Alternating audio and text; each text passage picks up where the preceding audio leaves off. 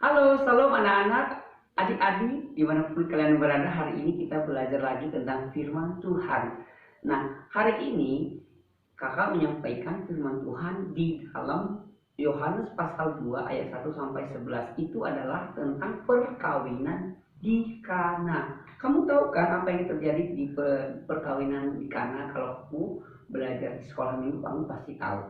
Di Kana ada sebuah pesta, dan di sana Ibu Maria atau ibunya dari Tuhan Yesus itu diundang untuk pergi ke pesta di Kana.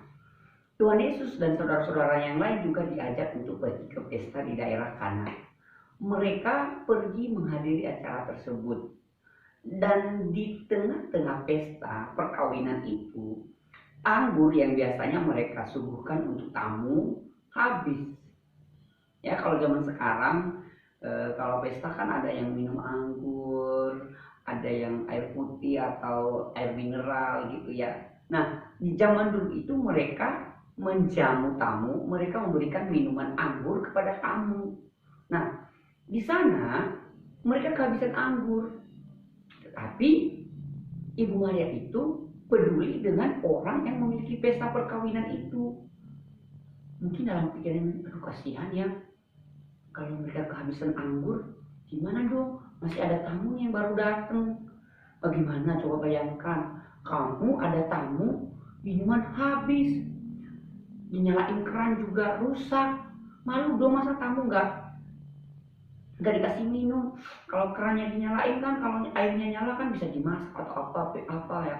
Atau misalnya beli air mineral di warung, warungnya tutup, warung sebelah kehabisan. Malu dong kalau minumannya habis.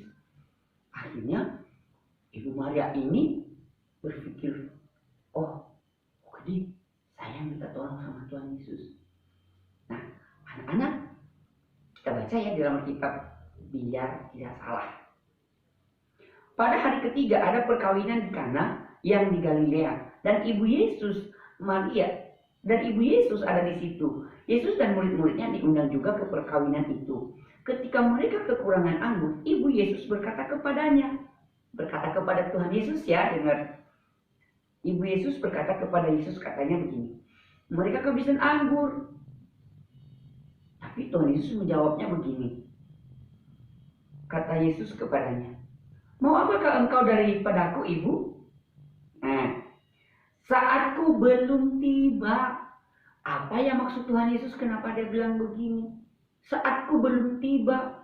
Emang mau ngapain? Kan ibunya cuma bilang mereka kehabisan anggur. Tapi jawabannya, saatku belum tiba. Coba kalau mamamu bilang ini, kita kehabisan air, kita mau minum tapi nggak ada air. Kamu jawabnya apa? Kalau Pak David kasih jawabnya begini. Terus belilah. Ayo kita beli, mana? Gitu. Tapi Tuhan Yesus bilang ini, saatku belum tiba. Apa maksudnya ya? Nih, lanjut. Saatku belum tiba. Tetapi Ibu Yesus berkata kepada pelayan-pelayan, apa yang dikatakan kepadamu, buatlah itu. Di situ ada 6 tempayan yang disediakan untuk pembasuhan menurut adat orang Yahudi. Masing-masing isi 2-3 buyung. Yesus berkata kepada pelayan-pelayan itu, isilah tempayan-tempayan itu penuh dengan air, dan mereka pun mengisinya penuh. Adik-adik, ketika Tuhan Yesus bilang saat belum tiba, sebenarnya maksudnya Ibu Maria itu atau ibunya Yesus itu sebenarnya dia minta begini, ayolah bikin sesuatu supaya mereka ada anggur lagi. Ternyata tujuannya adalah supaya Tuhan Yesus itu membuat mujizat, karena Ibu Maria itu tahu bahwa Tuhan Yesus bisa melakukan itu. Makanya tadi Tuhan Yesus bilang saat belum tiba. Dan ternyata adik-adik, anak-anak, dia bilang gini sama pelayan-pelayan, ayo ikut aja apa yang Tuhan Yesus bilang. Akhirnya mau gak mau Tuhan Yesus mengikuti apa kata ibunya. Ya, karena itu adalah ibunya. Kamu kalau disuruh sama ibu gimana? Mau nggak? Atau entar-entar gitu? Memang sih Tuhan Yesus bukan membantah ya, bukan yang bilang nggak mau, belum saatku, bukan. Tapi menurut Tuhan Yesus, belum saatnya dia melakukan itu, apa yang disuruh ibunya itu. Kamu, kalau disuruh orang tua, kamu harus nurut. Tuhan Yesus membuktikannya. Tuhan Yesus memberikan contoh. Apa yang diberikan, apa yang diberitahukan oleh, apa yang disuruh oleh ibunya, dia ikuti. Ya sudah, ayo isi ya tempayan-tempayan itu. Contoh tempayannya seperti ini. Seperti ini. Ini adalah tempayan. Nah, itu dikumpulin, tempayan itu diisi dengan air. Air putih diisi. Kamu pasti bilang gini, lah ngapain air putih yang diisi? Yang mereka kehabisan ambil, kok ini diisi air putih. Tapi Ibu Maria bilang apa? Ikuti saja apa yang dia bilang. Artinya, apapun yang dikasih tahu kamu itu, jangan pernah membantah. Karena tidak ada sesuatu yang diperintahkan ke kamu yang membuat kamu celaka. Kecuali kalau orang itu jahat. Selagi orang baik, orang tua yang menyuruh, kita harus ikuti. Ayo belajar. Tujuannya ada kan? Baik, tujuannya supaya kamu pintar. Ayo makan, supaya kamu kenyang dan tidak sakit. Ayo minum obat kalau kamu sakit. Gitu. Nah, apa yang terjadi ketika mereka mengisi air ini? Tuhan Yesus bilang gini, cendoklah, taruh di tikung dan bawa ke depan. Pelayan-pelayan bengong. Lah, kita kan kehabisan anggur, bukan kehabisan air putih.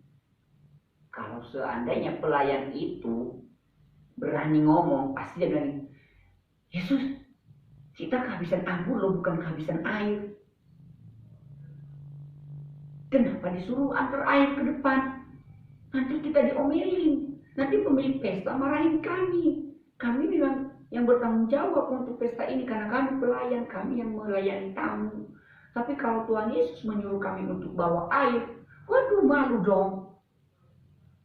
Tapi pelayan itu tidak ngomong seperti itu ya. Karena mereka mengikuti apa kata Ibu Maria. Apa kata Ibu Maria? Kembali lagi katanya seperti ini. Ikuti saja apa yang dia perintahkan, apa yang dia suruh, ikuti saja. Adik-adik, kamu tahu para pelayan-pelayan itu mengikuti apa yang diperintahkan Tuhan Yesus. Mereka tidak ngomong A, mereka tidak ngomong B. Isi air, diisi. Centong air itu dan bawa ke depan. Dan mereka centong, mereka taruh di tempat kecil dan mereka antar kepada tamu. Mereka tidak berkutik. Kenapa? Karena mereka memiliki hati seorang pelayan. Tahu nggak hati seorang pelayan? Hati seorang pelayan itu yaitu rendah hati, tidak suka membantah, ikuti saja. Ya, milikilah hati seperti itu. Ketika kamu disuruh, ketika kamu diperintahkan, kamu jangan banyak membantah. Ya, kalau kamu disuruh untuk bersih-bersih rumah oleh ibu atau bapak kamu, ikuti saja. Jangan bilang, males, ntar aja, saya lagi main nih. Jangan, ikuti saja. Karena perintah itu, karena setiap apa yang diberitahukan oleh orang tua itu tidak membawa kita kepada kecelakaan. Jadilah anak yang penurut. Seperti seorang pelayan tadi, mereka mengikuti apa yang diperintahkan oleh Tuhan Yesus tanpa membantah. Apa yang terjadi?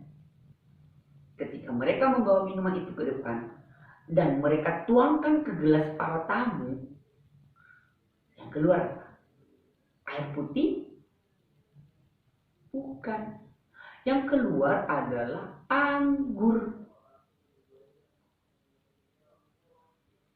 Dan hebatnya lagi ketika anggur itu keluar, waktu mereka tuangin dan orang-orang meminumnya, dan beberapa orang di pesta itu, mereka bilang begini, ini kok enak banget ya anggurnya ya.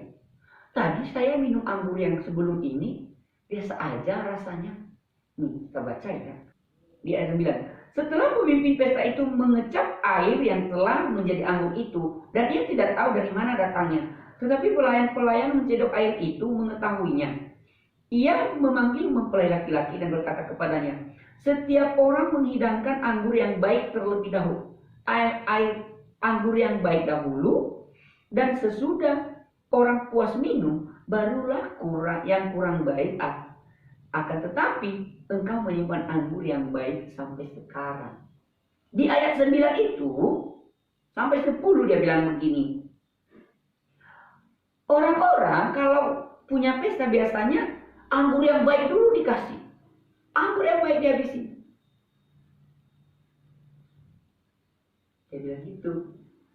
Ini malah yang baik baru kamu keluarkan. Ini hebat sekali. Anggurnya enak sekali. Tadi yang pertama saya minum itu biasa saja. Tapi ini adalah anggur yang luar biasa katanya. Ternyata kamu menyimpan anggur yang hebat. Dia tidak tahu bahwa anggur yang dia minum itu barusan adalah air putih yang sudah diubah oleh Tuhan Yesus menjadi anggur. Kamu tahu, ini adalah mujizat yang pertama kali dituliskan di dalam Alkitab.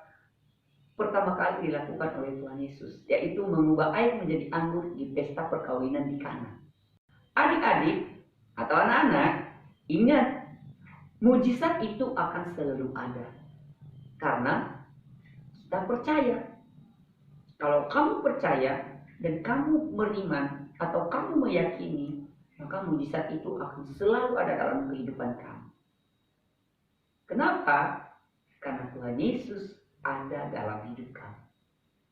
Ingat adik-adik, dalam kehidupan yang sudah diceritakan di dalam cerita tadi, tentang Tuhan Yesus mengubah air menjadi anggur. Yang pertama adalah, lakukanlah apa yang harus kamu lakukan dan jangan pernah membantah. Karena di dalamnya akan menghasilkan hal yang luar biasa dalam kehidupan kamu. Seperti yang di Kana, para pelayan-pelayan itu melakukan apa yang harus mereka lakukan dan menghasilkan sebuah mujizat yang luar biasa tanpa membantah satu kata. Tuhan Yesus memberkati.